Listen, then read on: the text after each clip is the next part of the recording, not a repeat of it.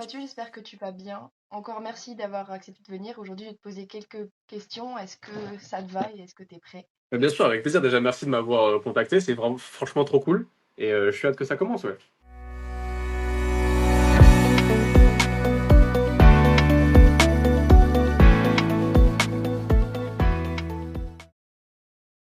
Pour commencer, est-ce que tu peux te présenter? Alors, moi, je suis un ancien pilote automobile. Malheureusement, je pilote plus. Mais du coup, je m'appelle Mathieu de Barbua. Je suis un pilote d'endurance. Et voilà. Et peut-être plus tard, je vais redevenir pilote d'endurance, mais voilà. À quel âge as-tu commencé le sport auto? Et j'ai commencé le sport auto, j'avais 14 ans, je crois, en karting. Ouais, c'est ça, 14 ans. Donc j'ai commencé assez tard. Mais voilà, j'ai commencé à 14 ans, ouais. Et ça s'est bien passé? C'était cool, franchement, c'était des bonnes années. C'était beaucoup d'entraînement, beaucoup de journées de roulage. Mais voilà, après, je restais au niveau national. Donc c'était encore petit, mais franchement, c'était vraiment cool, ouais. Quel a été ton parcours pour en arriver jusqu'où tu as pu aller? Alors, du coup, j'ai commencé le karting à 14 ans. Et ensuite, à mes 17 ans, non, à mes 16 ans, pardon, j'ai fait Feed Racing. Donc avec Jacques Villeneuve et Patrick Lemarié. Et en fait, sur l'année où je le fais, je loupe mes qualifications pour pas grand-chose parce que j'avais pas réussi à exploiter le jus du pneu neuf. Et du coup, je me suis dit, bah, quitte à être à Nevers-Manicourt, je vais aller voir Ligier parce qu'il y a Ligier qui est pas loin. Et du coup, on va les voir avec mon père, on leur dit qu'on aimerait bien faire un essai avec la voiture, etc. Et en fait, de fil en aiguille, on fait un essai avec eux. On voit que l'essai se passe plutôt bien, que les mécanos et les ingénieurs là-bas sont contents. Et du coup, on essaie de se mettre en relation avec des teams, etc. Et le déclencheur, c'est quand on a contacté Duquesne, donc qui est un peu le rival de l'IG en MP3. Et en les contactant, ils ont donné mon contact à une équipe. Et du coup, il y a une équipe qui m'appelle un dimanche pour me dire, ouais, est-ce que tu veux venir jeudi au Castellet pour faire une course? C'est trop bien. Voilà. Donc en fait, j'ai eu 4 jours pour me préparer. Donc c'était assez compliqué. J'avais pas le bon casque, j'avais pas la bonne licence, j'avais rien. Donc voilà. Mais j'ai eu de la chance. J'ai eu le directeur de la FFSA du Sud qui nous a beaucoup aidé et qui m'a carrément pistonné. Parce que pour avoir la licence que j'ai eue, il faut 2 semaines normalement. Je l'ai eu en 2 jours. Donc, C'est donc cool. voilà. Franchement, trop content. Mais non, c'était cool. Donc voilà. Et après, avec ma course au Castellet, j'ai été contacté par Cool Racing et après par DKR. Et puis Ouais. voilà. Quel est ton rêve dans le sport auto? Gagner les 24 heures du Mans. Ouais, c'est vrai que c'est pas... Franchement, le reste, c'est pas grave, mais je veux gagner les 24 heures du Mans. Ouais, c'est vrai qu'en même temps, c'est quelque chose des 24 heures. Qui t'a donné envie de faire du sport automobile et ou qui t'a inspiré? Alors, qui m'a donné envie, c'est mon père. Il a toujours été passionné de ça et dès qu'il a pu mettre le cul dans un baquet, il l'a fait. Donc j'ai commencé, petite anecdote, j'ai commencé le karting de location, donc vraiment par plaisir, à 6 ans. Sauf que là, on en faisait, il fallait avoir 7 ans. Du coup, j'ai dû mentir sur mon âge pour en faire. Voilà. Mais après, sinon, ça va, hein. Et qui m'a inspiré, c'est Sébastien Vettel. Ouais, C'est lui qui m'a ok. inspiré quand j'étais petit et que je regardais la F1, c'était lui que j'idolâtrais. Et puis voilà, hein, c'est toujours mon pilote préféré actuellement. Ouais, un excellent pilote en même temps. Ouais. Du coup, ça veut dire que tes parents et ta famille, ils étaient pas contre du tout Ah, pas du tout. de ton côté. Alors, ma mère, avec le karting, c'était un peu compliqué. Elle avait très peur. Surtout quand un jour j'ai eu un accident un peu grave, j'ai perdu la mémoire, etc. Donc c'était. Ouais, Ah ouais. oui, quand même. Là, ça lui a mis un petit coup de froid. Et du coup, Ah, tu après, m'étonnes. quand je suis passé en F4 en voiture, elle était plus. Même si j'allais beaucoup plus vite, vu que la protection était tellement plus grande, elle était rassurée. Donc voilà. Bah oui, c'est vrai que t'as plus de protection Ah quoi, bah dès que carrément. tu demandes de... Ouais, mais en karting, donc j'ai déjà perdu une fois la mémoire, ça m'a fait une scoliose, parce que du coup, en tapant, ça m'a décalé tout le corps. Voilà. J'ai déjà été éjecté du kart. Enfin, il y a plein de. J'ai de la chance, déjà, j'ai pas fait de tonneau. Contrairement à certaines Oui. personnes, les tonneaux en karting, c'est pas marrant. Mais voilà. Surtout que t'as pas de coque autour pour te protéger ou quoi que ce Non, soit au minimum, quoi. c'est ça. Bah, si t'as de la chance, t'es éjecté avant. Si t'as pas de chance, tu restes bloqué et tu fais le tonneau dans le kart. Ouais. C'est pas super. Non, c'est clair. Qu'est-ce qui te motive au quotidien pour refaire du coup du sport auto? Les sensations que ça me procure. c'est l'esprit de compétition qu'il y a, et puis même quand tu es dans la voiture et que tu pilotes, tu penses à rien d'autre, tu es tellement concentré, t'as pas le temps de penser à autre chose parce que sinon bah, tu finis dans le mur en fait. Donc voilà. Mais ouais, non, franchement, la passion de la chose, les sensations que ça te procure, c'est tellement bien que j'ai envie de recommencer, mais c'est compliqué. Mais ça va venir, je sais que ça va venir. Un de ces quatre, ça reviendra. Moi, j'en suis sûre, je l'espère pour toi en tout cas. Et ton prochain objectif à atteindre, du coup, c'est revenir en sport auto. C'est ça, revenir en sport auto, et j'aimerais bien. Alors, j'ai deux choses qui m'intéresseraient. Soit revenir en GT3, Mhm. soit reprendre le proto et repasser directement à l'MP2. Mais je pense que le GT3 est la chose la plus viable et la plus envisageable, je pense. Ouais. Et du coup, c'est laquelle écurie ton écurie de rêve? Hmm. Laquelle tu rêverais de rouler? Alors, si je réponds de cœur, je suis obligé de dire Porsche. J'ai toujours soutenu Porsche en endurance, que ce soit en GT3 ou que ce soit en prototype.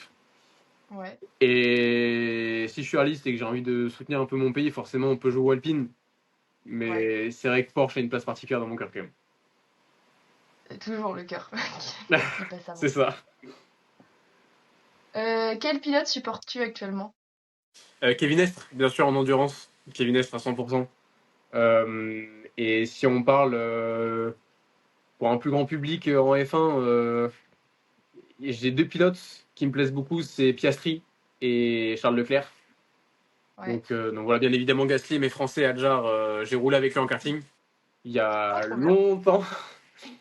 Donc voilà. Mais non, non, je suis content pour Adjar qu'il ait réussi à aller en F1. Bon, je pense qu'il me connaît ni d'Ève ni d'Adam, hein, mais c'est pas grave. Mais, non, je suis content pour lui, il le mérite carrément.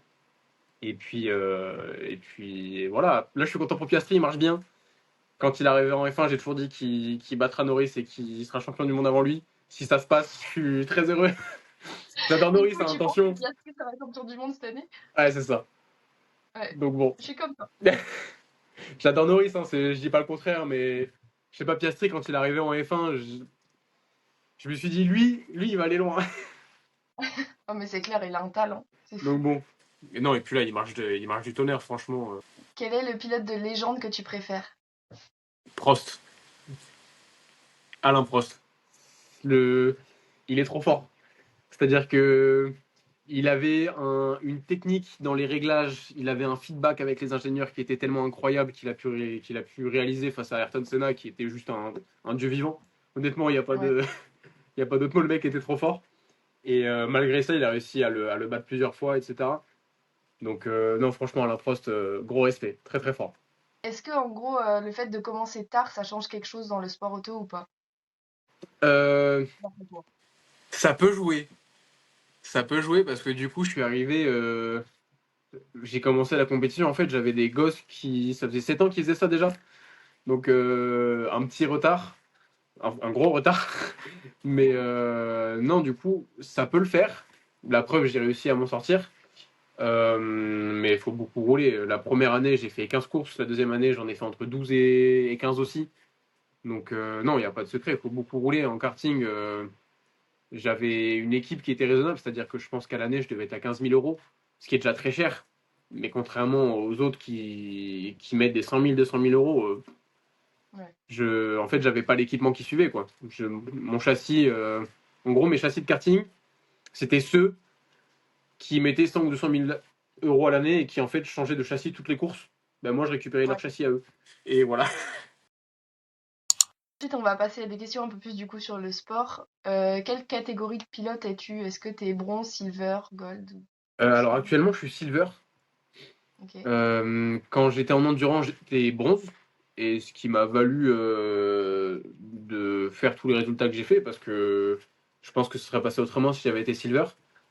Mais non, en fait, l'avantage, c'est que vu que j'étais bronze, et que, ben, par exemple, à Portimao, en 2021, c'est moi qui fais le meilleur tour en course, toute catégorie confondue, bah forcément, pour l'équipe, ça aide un peu d'avoir un pilote bronze qui est dans les temps des premiers et pas à 2 secondes Ouais. des temps comme les vrais bronzes. Il devait être bien content. Ouais, c'est ça.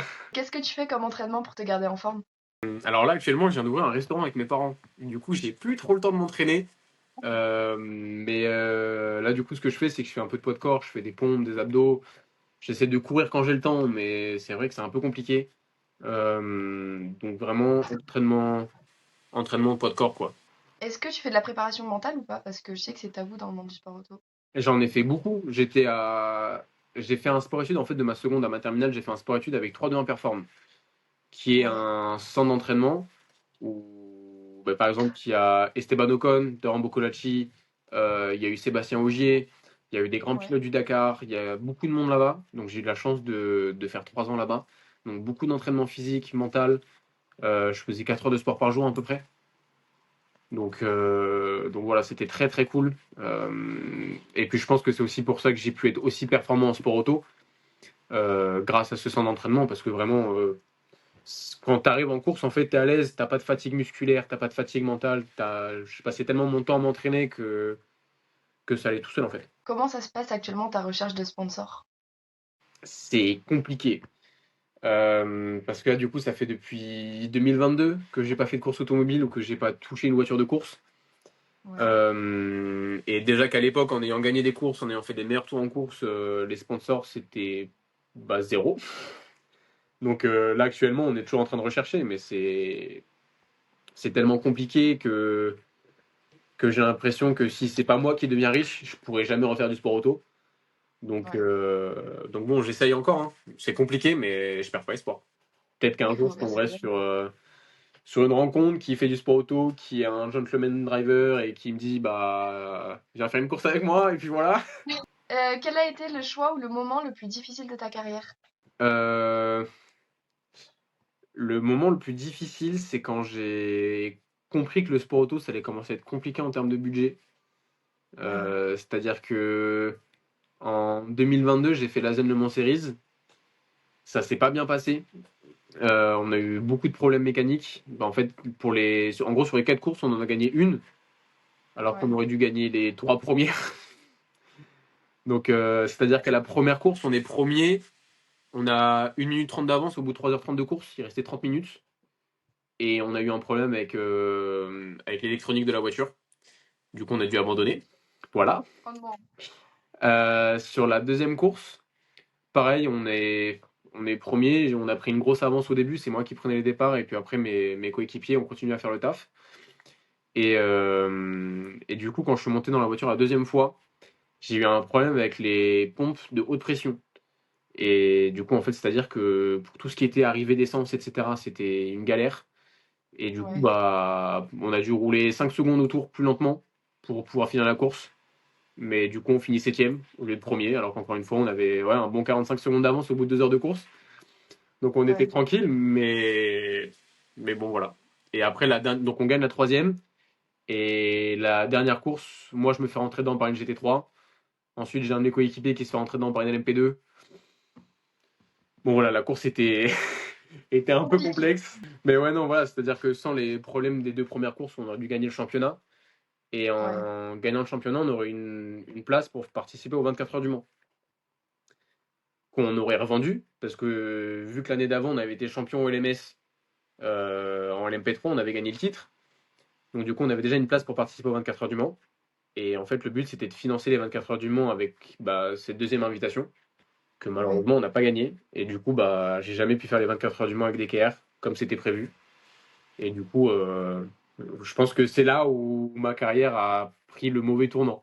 Est-ce qu'il y a une course qui t'a marqué dans ta carrière? Road to Le Mans. Ah ouais? Road to Le Mans, bah, franchement, rouler sur le circuit des 24 heures du Mans, c'est tellement exceptionnel. Et puis surtout, on était la course qui se déroulait avant les 24 heures du Mans, c'est-à-dire que notre course terminait à midi, les 24 heures du Mans commençaient à 16 heures.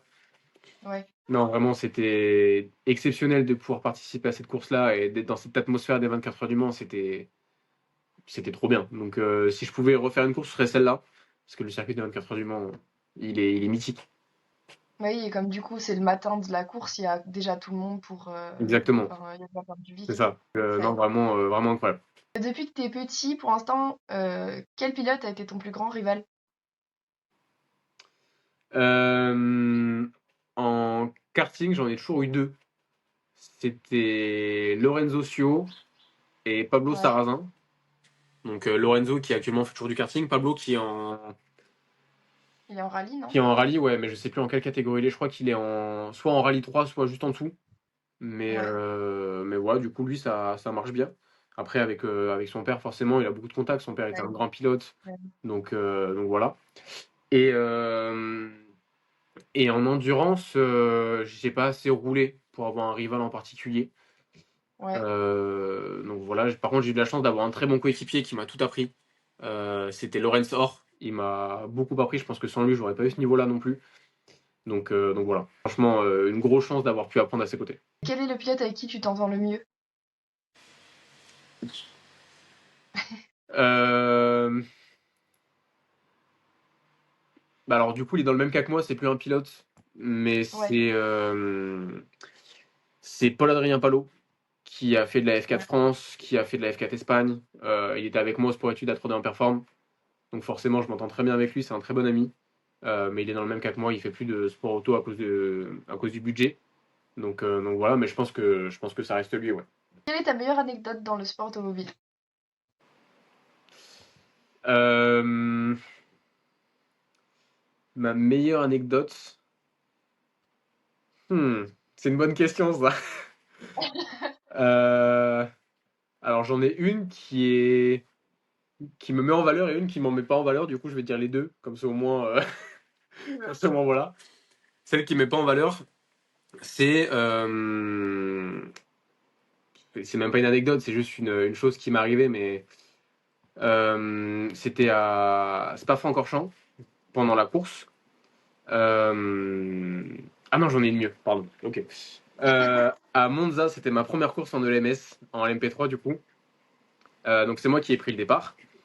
Et du coup, je suivais, je crois que c'était la United Autosport qui était devant moi. C'était pour la troisième place, je crois, une bêtise dans le genre. Ouais. Du coup, en fait, on est dans le dernier virage, donc on est dans la Parabolica. Et, euh, et je le vois perdre la voiture. Mais il a réussi à la rattraper, mais je le vois perdre la voiture. Il était genre 3 secondes devant moi. Et, euh, et du coup, dans ma tête, je me moque un peu de lui. Et si je vraiment, bah, 3 secondes après, du coup, je fais la même connerie que lui, sauf que moi, j'ai fait me foutre dans le mur. Oh Donc, non! donc voilà, heureusement, j'ai réussi à rattraper la voiture, tout va bien. Mais sur le coup, j'ai fait bon, on va arrêter de se foutre de la gueule des autres parce que c'est pas génial, génial. Tu m'étonnes. Donc bon. Et ensuite, l'anecdote qui me plaît beaucoup, c'est pendant la qualification, du coup, c'était au Michelin Le Mans Cup sur ma première course, donc au Castellet. J'étais avec Ouais, Mulder Motorsport. Et du coup, c'est en Michelin Le Mans Cup, c'est les bronzes qui doivent faire la qualification. ouais. Et du coup, je fais la qualification. Et pendant les qualifications, en fait, il y a eu un drapeau rouge. Donc, du coup, on a dû tout s'arrêter et on est reparti pour 2 tours chrono, une connerie dans le genre. Et du coup, c'est assez intense parce que donc il y avait Cool Racing qui avait fait le meilleur chrono, sauf que sa voiture avait pris feu. C'est pour ça qu'il y a eu un drapeau rouge. Et, euh, et du coup, le but pour nous les autres, c'était de le battre. Comme ça, au moins, on est premier, on est en pôle et on est tranquille. Oui. Et en fait, je suis très content parce que à la fin du deuxième secteur, j'ai 6 dixièmes d'avance sur son temps. Oh. Et du coup, les commentateurs, ils disent mais qui c'est celui-là? Il sort de nulle part, on l'a jamais vu. Il est là, il est en train de prendre le meilleur temps pour 6 dixièmes. Racing, c'est lui qui est en train de faire la pole position pour l'instant. 32-6 dans le premier secteur. Oh, Mathieu de Barbea également avec le Mulder Motorsport. Ils sont tout proches, les deux pilotes. En tout cas sur la piste, je veux dire. On a la voiture numéro 18 qui vient de passer le virage de Signe et la voiture numéro 66 qui est juste derrière. Oh, on va suivre ça. Il y aurait potentiellement 4 dixièmes d'avance pour Mathieu de Barbea, mais il est peut-être gêné par l'équipier de chez Cool Racing, Maurice Smith. Alors 66 ou numéro 18, Mathieu de Barbea, ça serait une belle performance pour l'équipe belge Mulder Motorsport. Avec le numéro 18, il va couper la ligne, c'est la voiture blanche juste devant qu'on a aperçu. L'équipe Mulder Motorsport, non, il n'améliore pas. 4e place. Et sauf que malheureusement, je pense que j'avais un peu trop attaqué sur les 2 premiers secteurs. Et du coup, j'arrive Ouais. dans le secteur 3 avec des pneus un peu trop chauds, je pense. Et en plus de ça, le réglage qu'on avait, vu qu'on, pour faire simple, en LMP3, il y a la Ligier qui est plutôt faite pour les virages et la Duquesne qui est plutôt faite pour les lignes droites. En gros. Ok. Donc, c'est-à-dire que sur les circuits très rapides, ça va être la Duquesne qui va être devant. Sur les circuits un peu plus techniques, ça va être la Ligier. Ok. Et du coup, en combinant ça, plus ma première qualification, du coup, un peu de stress, plus les pneus un peu trop chauds et du coup, des réglages vraiment accentués en ligne droite, sur le dernier secteur du Castellet, c'était compliqué. Et du coup, j'ai perdu toute l'avance que j'ai eue. Donc, je fais quand même le 4e temps. Donc, très content. Mais c'est sûr si j'avais pu faire la pole, ça aurait été vraiment cool. Mais Mais tu m'étonnes, pour la première course. ouais, c'est ça. Mais du coup, non, du coup, très content. Et les commentateurs, surtout, ils m'ont saucé comme jamais. J'étais trop refait. Donc C'était bon, déjà voilà. Drevet qui commentait à cette époque-là? Ouais, tout à fait. C'était Drevet, ouais. C'était Anthony, tout à fait. Il est adorable. Bah, j'ai fait, c'était à Spa-Francorchamps, justement. J'avais commenté la première heure de course avec lui. Ouais. Donc ouais, ça c'était le dimanche, j'avais commenté la première heure de course pour le Michelin Le Mans Cup, avant de moi partir pour le LMS. Mais du coup, voilà, franchement adorable, très sympa, il met en confiance, c'est vraiment trop cool. Quel est le circuit sur lequel t'as préféré rouler? Alors, si je prends pas Le Mans, parce que c'est un circuit pour moi qui est à part par rapport aux autres, Ouais. c'est Portimao. Portimao, je trouve que c'est un circuit qui est tellement excellent. J'adore Spa-Francorchamps.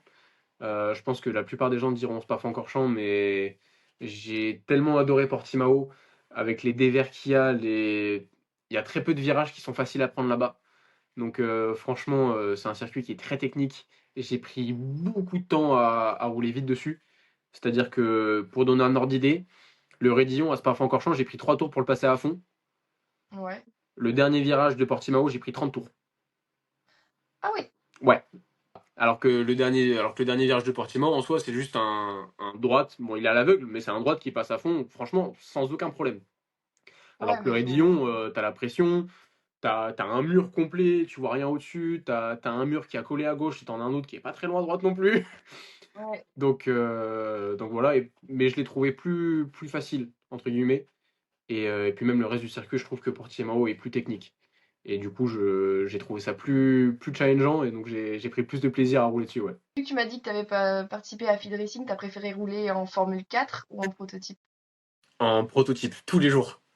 Tous les Ah jours ouais? en prototype, ouais, ouais. C'est un style de pilotage qui est légèrement différent de la Formule 4 et même à des formules en général, parce que c'est quand même des voitures qui ont beaucoup d'aéro.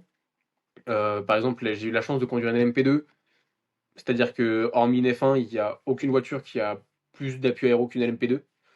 Ouais. C'est-à-dire que les IndyCar en ont un peu moins, les LMH en ont moins. Elles ont juste beaucoup plus de puissance, du coup elles vont plus vite autour, mais dans un virage à haute vitesse, c'est les LMP2 qui passeront plus vite. Si le virage n'est pas à 290. Mais si on est genre à 200 km/h, bah, c'est les LMP2 qui passeront plus fort. Et puis, donc non, pour l'aéro, c'est un style de pilotage qui se ressemble beaucoup. Mais c'est vrai qu'elles sont plus lourdes. Du coup, pour le freinage, c'est une technique qui est encore un peu plus différente. Et je suis plus à l'aise comme ça. Donc, et puis je sais pas, j'ai toujours été passionné de ces voitures. Je les trouve magnifiques. Donc, Je suis d'accord. ouais, voilà. Je les Je trouve, suis totalement d'accord avec je toi. trouve qu'elles ont un charme en plus des formules que. Ouais. Enfin bref, voilà. Mais on m'a dit que pour Le Mans, ils bridaient, je crois, les LMP2, parce que sinon elles iraient plus vite que les hypercars, c'est vrai? Alors, faut savoir que quand les LMH sont arrivés, donc en 2021, si je dis pas de conneries, Ouais. les LMP2 ont perdu à cause des réglementations pour éviter qu'elles battent les LMH, justement, elles ont perdu 7 secondes au tour. Ah ouais, quand même. Ouais, ouais. C'est-à-dire que j'ai comparé Spa en 2019 et en 2021. Ouais, il y a entre 5 et 7 secondes d'écart à peu près. C'est Parce c'est pas que négligeable. c'est ça. Bah, en fait, il faut savoir qu'on est passé de 600 à 560 ou 540 chevaux. Ouais. On a pris 50 kilos. On a eu des pneus qui étaient plus durs et moins endurants. Ouais. Et en plus de ça, on nous a enlevé de la capacité de réservoir. Ouais, tout fait pour qu'en gros les hypercars elles aillent plus vite, quoi. C'est ça. Donc en fait, même si les hypercars. Et encore la première année des hypercars, les chronos, ils jouaient dans la seconde, hein. Ah ouais? J'avais regardé les qualifications à Spa-Francorchamps entre les LMH et les LMP2, donc en 2021. Ouais. Il y avait 5 dixièmes d'écart, je crois, entre le premier LMP2 et genre le top 5 LMH. Ouais, c'est vraiment pas énorme du tout. Non. Et donc, du coup, en fait, au fur et à mesure, ils ont juste continué à baisser un peu les LMP2. Et en plus, ça, les hypercars, les constructeurs ont amélioré leur voiture. Ouais. Donc voilà. Mais ouais, non, dis-toi, un plein en LMP2, ça nous fait 37 minutes. Voilà. Donc, Ouais, c'est pas énorme. c'est assez court. Ouais. Les courses d'endurance, je trouve qu'il y a tellement. Elles sont beaucoup plus longues, mais je trouve qu'il y a tellement plus d'action, il y a tellement plus de choses. Je trouve que. Je vais donner une anecdote tout conne, mais en 2023, je crois, ouais, c'est les 24 heures du Mans 2023, et je les ai regardées avec mon meilleur pote, on était ensemble, et il y avait une grosse safety car, il y avait genre 1 heure ou 1h30 de safety car. Ouais, Et ben, on avait trouvé ça plus intéressant, on s'était plus amusé que de regarder une course de F1. ça m'étonne pas. Surtout en 2023 où Max Verstappen gagnait tout et il n'y avait aucun challenge. Ouais, c'est ça. Bah vraiment, là on s'est regardé, on a fait, bah on est sous drapeau jaune, on est sous slow zone et on s'amuse plus que en regardant une course de F1. Non mais même avec toutes les stratégies décalées, etc. Parce que les courses c'est minimum 4 heures et ça va jusqu'à 24 du coup. Ouais, c'est ça. Avec toutes les différentes stratégies, etc. C'est trop intéressant. Et le trafic, ça rajoute tellement de charme. Tu peux rattraper quelqu'un comme tu peux le distancer. Non, c'est trop bien. Franchement, c'est trop bien. Comment s'est passé ton premier Road to Le Mans avec Cool Racing? C'était très cool. Beaucoup de pression. Et c'est le circuit où j'étais le moins performant parce qu'il est tellement dur. Et les sessions d'entraînement avec Road to Le Mans sont tellement petites. C'est 1 heure d'entraînement et on est 2 pilotes par voiture. Donc ça fait 30 Ouais, minutes par personne. Sauf que bah, le tour il fait 3 minutes 40, 50. Donc forcément, bah, en fait, tu te retrouves à faire que 5 ou 6 tours. Parce que faut savoir que sur le circuit du Mans, tu as rarement un tour tranquille. C'est très ouais, rare. Parce qu'un coup, tu as un slow zone à un endroit, et du coup, bah, tu es obligé de ralentir. Un coup, tu as un drapeau rouge. Un coup, tu as un mec qui se fout en l'air devant toi. Un coup, tu rattrapes une GT3. Tu En même temps, le circuit peux. il est tellement grand. Ouais, c'est ça. Tu peux jamais faire un tour clean et voilà, surtout que moi je suis quelqu'un où j'ai besoin de beaucoup rouler et surtout de beaucoup débriefer avec les ingénieurs pour pouvoir Ouais, aller vite. Donc sur un circuit lambda, c'est parfait, ça me correspond super bien, je fais mes sessions d'entraînement et puis pour la course c'est super. Mais retoulement, il y avait tellement peu d'entraînement qu'au final je me retrouvais à pas être au niveau auquel je suis normalement. Et bon, ça va, on finit quand même cinquième et deuxième. Et du coup, au général, on a gagné. Parce que, en fait, ceux qui s'en étaient bien sortis sur la première course ont fait de la merde sur la course numéro 2 et ouais. inversement. Donc, Oh là là. nous, on a eu de la chance, on était assez réguliers. Mais ouais, non, voilà.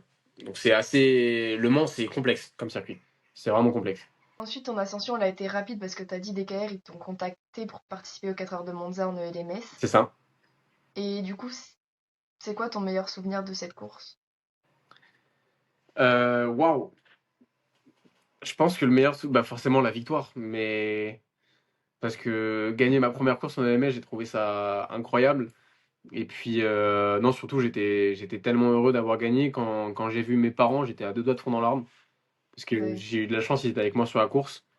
Donc voilà, non, franchement, c'était des émotions incroyables, des souvenirs de fou. Et puis c'est pour ça, même si j'ai pas fait énormément de courses dans ma carrière, et même si ma carrière s'arrête maintenant, j'espère pas, mais si elle s'arrête maintenant, j'ai eu tellement de chance de vivre ce que j'ai vécu, le nombre de personnes qui sont passionnées de sport auto et qui aimeraient faire ne serait-ce qu'un dixième de ce que j'ai fait, et j'ai pas le droit de me plaindre et je peux pas m'apitoyer sur mon sort, j'ai pas le droit. J'ai eu tellement de chance d'avoir vécu ça que franchement, c'est juste trop bien. ouais. C'est clair qu'en vrai, ça devait être beau en plus de gagner avec tes parents avec, ça devait être super. Ouais, non, c'était génial. En plus de ça, du coup, les 4 heures de spa, tu les as gagnées, c'est ça? Ouais, ouais, ouais. Ouais, Il y a du coup Lorenz qui a fait le meilleur, qui a fait la pole position. Donc ouais, on est parti en tête. J'ai eu une galère sur le départ parce que forcément le premier virage à Spa-Francorchamps, j'ai préféré assurer la chose. On n'est pas en F1, c'est des longues courses. Donc j'ai préféré assurer la chose. Du coup, je ressors troisième du premier virage. ouais. J'arrive à reprendre la tête après. Et puis on finit la course avec une minute d'avance, je crois. Donc vraiment, ouais, ouais. Bah en fait, Spa-Francorchamps, c'est le circuit de DKR. Donc ils ont les réglages, c'est des réglages aux petits oignons. Dis-toi, sur la course, on était quasiment les seuls à prendre le raidillon à fond, avec le plein. Ouais, Donc forcément, déjà, quand tu passes le raidillon à fond par rapport aux autres, ouais, ça te fait gagner beaucoup de temps. Et puis on a eu une stratégie qui était parfaite. Il y a vraiment la course s'est déroulée parfaitement. Donc voilà. Tu finis quatrième du coup aux 6 heures de Portimao. Tu peux nous raconter aussi la course ou pas? Alors, ça c'est un sujet tabou. En, en gros, ce qui se passe, c'est que donc les 4 heures de Portimao, on les gagne aussi. Donc sur la ligne d'arrivée, on finit premier. Ouais, On avait 15 secondes d'avance, la course était plus serrée, c'était plus complexe. J'ai eu une grosse bataille avec la voiture de United Autosport, avec l'autre bronze. Et j'ai réussi à faire pour moi le plus beau dépassement de ma carrière. Je lui ai fait l'extérieur sur le premier virage à Portimao. Donc franchement, j'étais très content. Ça faisait 45 minutes, j'étais derrière lui, j'arrivais pas à le doubler, ça m'énervait. Et il y a un moment, j'ai eu cette opportunité de passer à l'extérieur. Je me suis dit, s'il fait le bâtard, je suis foutu. Mais j'ai pas d'autre choix. c'est Donc passé, voilà, c'est le principal. exactement. Et puis en plus, là, j'ai réussi à rester dans les limites de piste. Donc vraiment très cool. Et non, par contre, ce qui s'est passé, c'est qu'il y a eu un gros drapeau rouge qui a duré 45 minutes, je crois. Il y a Ouais. eu, en gros, il y a la Duquesne, donc il y a la LMP2 de chez Duquesne, qui a perdu sa roue arrière. Et du coup, il est parti en spin dans tous les sens. Et il y a un gentleman driver en LMP3 qui, je pense, est un peu resté tétanisé. Et il a pas su s'il fallait qu'il rentre dans les stands ou dans la piste. Du coup, il s'est pris le muret des stands. Oh merde. Donc, donc le pilote allait bien, hein, il est sorti sans aucun problème. La voiture était explosée, mais voilà. Et du coup, ouais, ça nous a fait un gros drapeau rouge. Et sur la relance, du coup, l'avance que j'avais prise sur la United Autosport, je l'ai reperdue. Et Ouais. on a recommencé à se battre un peu. On s'est un peu touché. Il s'est un peu rabattu sur moi sur les freins, mais c'est pas dramatique. Tout s'est bien passé. Et puis voilà. Par contre, j'ai eu beaucoup de chance parce que, encore une fois, sur le virage numéro 1, j'étais en train de doubler une GT3. Donc j'étais vraiment à Ouais. sa hauteur, sauf qu'elle m'a pas vu du tout. Et du coup, elle m'a tourné dessus complet. Et en sortant de la voiture, je vais voir mes mécanos. Ils me montrent la jante. La jante était fissurée complet. C'est-à-dire que je pense que je faisais 5 tours de plus, la jante explosait. Donc voilà. T'as eu de la chance. Ouais, carrément. Mais sauf que du coup, à cause de ça, j'ai. Non, c'était pas à cause de ça. Mais donc, quand Lorenz a pris donc, les 2 dernières heures de course, on faisait 2 heures et 2 heures. Quand il a Ouais. pris les 2 dernières heures de course, on a perdu notre feu réflecteur arrière gauche. Mais Mhm. il restait genre 30 minutes de course à tout casser. Et en sachant qu'il faisait jour, il n'y avait pas de pluie, donc voilà. On demande au directeur de course si on a besoin de s'arrêter ou pas, et le directeur de course nous dit non. Si vous n'avez pas d'arrêt à faire, vous n'avez pas l'obligation de vous arrêter pour le changer. Et du coup, on ne prendra pas de pénalité. Donc on gagne la course, tout va bien, sauf que du coup, il y a Cool Racing qui porte réclamation pour, du coup, pour non-respect des règles. Ouais. En sachant que celui qui gagnait à Portimao était champion d'Europe, entre Cool Racing et DKR. Ouais. On était à quelques points d'écart. Donc vraiment, c'était en gros celui qui finit devant l'autre, il a gagné. Mhm. Et, euh, et du coup, au final, on prend la pénalité. J'ai, Au jour d'aujourd'hui, je comprends toujours pas pourquoi on l'a prise. Mais, Bah, euh, mais bon, le directeur de course nous avait dit que c'était pas grave. Au final, on se prend la pénalité. Donc c'est comme ça, c'est sport auto. On finit quatrième. Et du coup, DKR finit premier au championnat avec 1 point d'avance. c'est le principal. Voilà. Et du coup, au final, le seul dans l'histoire qui a perdu, c'est moi parce que, en fait, en ayant fait que 3 courses et pas le championnat entier, Ouais. je passe de troisième au championnat pilote à cinquième. Du coup, voilà. Mais franchement, mis à part ça, on était déjà tellement contents d'avoir été champion d'Europe. Donc voilà, ils m'ont dit, franchement, même si tu l'es pas, au fond de nous, on sait tous que tu l'es. T'as fait 3 courses en LMS, t'as fait 3 courses, 3 victoires, franchement. Donc voilà. Mais franchement, une équipe en or, des mécaniciens, des ingénieurs trop forts. Lorenz, qui est juste incroyable aussi. Sans lui, j'aurais pas été aussi fort que ça, je pense. Il m'a tout appris. Et puis voilà. En vrai, je comprends cool parce que bah du coup, ils ont essayé pour le Bah, championnat. bien sûr, C'était bien pour sûr. moi. Mais bon. Mais c'est pas dramatique. Ça fait quand même, c'était quand même une course incroyable. J'ai fait le meilleur dépassement que j'ai pu avoir. La course était monumentale. Franchement, c'était quand même trop cool. Ouais. Et la dernière question, t'as pu faire qu'une course du coup en ELMS en 2022, c'était par manque de moyens, c'est ça? Ouais, carrément. En fait, ce qui s'est passé, c'est que en 2022, j'étais censé faire le LMS en LMP2 avec des KR et les 24 heures Ouais, du Mans. Sauf que vu qu'on n'a pas gagné l'Asian Le Mans Series, on n'a pas pu les faire par manque de budget. Et, euh, et du coup, malheureusement, ça s'est arrêté là. Sauf que après Portimao en MP3, il y a Duquesne, donc le constructeur, qui nous a offert un test en LMP2 avec leur voiture. Et du coup, j'avais pu rouler avec eux en 2021, pardon, à Portimao 2 jours après la course. Et déjà une expérience de fou, incroyable. J'étais trop, trop content de pouvoir rouler cette voiture. Et du coup, arrivé à Spa-Francorchamps, en fait, ils m'appellent le mercredi matin, ils me disent, on n'a pas de pilote, est-ce que tu veux faire la course avec nous? ouais, Donc voilà, on a réussi à la faire pour vraiment une bouchée de pain, on a quasiment rien payé. Donc c'était vraiment une opportunité en or. Et du coup, on l'a faite. Donc moi, je loupe la journée du mercredi, parce qu'il faut savoir que de... Oui, c'est ça, du mercredi. Il faut savoir qu'à Spa-Francorchamps de l'MS, les essais privés se font le mercredi, pas le jeudi.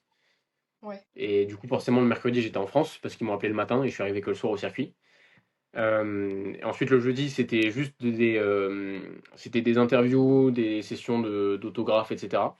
Donc voilà. mhm, Et puis après, vendredi, c'était les essais libres et les qualifications et la course pour le jeudi, pour le samedi et dimanche. Sauf qu'il y avait un temps de merde. Et on savait étonnant, hein, ça. ouais, c'est ça. Et on savait que pendant la course, il allait pas trop pleuvoir. Du coup, on s'est dit, bah, on va pas prendre le risque de rouler. Parce que ce serait Ouais, con d'exposer la voiture sous la pluie alors que le dimanche, il va pas pleuvoir. Donc, au final, j'ai dû faire, ouais, peut-être 10 tours sur le circuit au total, entre 5 et 10, avant de faire la course. Et, euh, et du coup, c'était très sympa. J'ai réussi à aller dans le rythme. J'étais très content. Au final, des 3 pilotes, c'est moi qui ai fait le meilleur tour de la voiture, avec la meilleure ouais, moyenne. Donc, très content.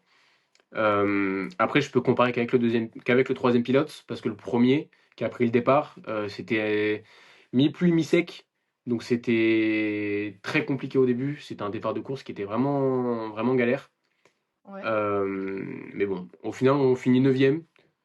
On n'avait pas le rythme pour faire mieux que ça. Euh, mais tellement content d'avoir pu faire la course en LMP2 que franchement, le résultat, il est pas dramatique. Ouais, c'est le fait du coup d'avoir changé de voiture aussi qui fait que... C'est ça. Non, et puis même, je suis content parce que je me dis quand même qu'avec une voiture égale, j'ai réussi à être plus performant que des mecs qui roulent en LMP2 depuis des années. Euh, donc voilà, l'un des deux a participé aux 24 heures du Mans et aux 24 heures de Daytona plusieurs fois. Ouais. L'autre a fait le développement de la voiture de la Oreca 07. Et je me dis que j'ai réussi à être un peu plus rapide que ces deux-là. Donc franchement, déjà très content. Tu m'étonnes. Ah, c'est pour ça, c'est dommage que personne... Enfin, je comprends pas. Bref. Ouais, j'ai du mal à comprendre Ouais. aussi, mais c'est pas grave. Bah oui. Du coup, c'était la dernière question. Merci beaucoup d'avoir répondu aux questions et d'être venu. Je te souhaite du coup le meilleur pour la suite et de tout cœur de retourner en sport automobile. Et bah merci beaucoup, franchement c'était trop cool. Merci d'avoir pensé à moi pour cette interview et puis bon courage pour toi aussi pour la suite, hein. Merci.